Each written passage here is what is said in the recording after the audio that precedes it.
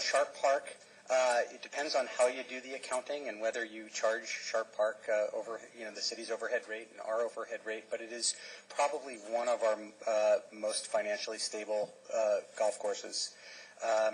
It has become increasingly popular because it is a very affordable golf course, and it is actually in the low end of the affordability market, meaning there's actually opportunity, should it be necessary to even raise green fees for a few dollars, it would remain one of the lowest municipal golf courses in the area.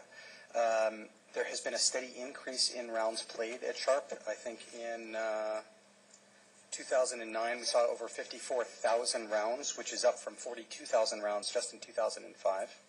67% of those rounds played are played by San Franciscans, and 31% of those rounds played are by seniors. So while it is very true that our primary question and the primary research that our consultants did related directly to what was the solution that was going to address our habitat concerns out there, in making a recommendation and thinking through all the different options, balancing a very legitimate recreational use out there was, certainly a perspective of mine.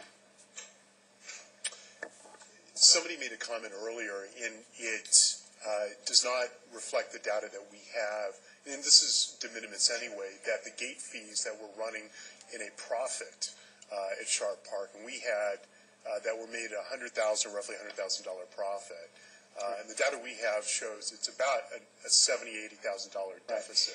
Right. And in the scheme of things, it's small change. Right, it's small change, and actually what it's related to is, through the golf fund and through the controller's accounting procedures with all our golf courses, you can look at expenses that are just attributable to the golf course, and you can look at the revenues that those golf course provides.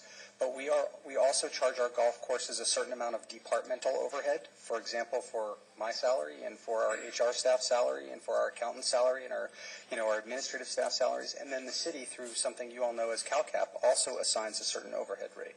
And once you sort of weed through some of the overhead charges, that swing is exactly what you described, Supervisor Margarimi, based on expenses directly attributable to the course itself and the revenues. In 2009, I have here, we were running at about a $99,000 surplus. After you factor in some of our other what we call unallocated expenses, we ran a deficit of about $80,000, but still relatively healthy. And I do think the point, Supervisor Moore, that you made about our first tee programs, and Sharp Park has become one of our more accessible golf courses in our community.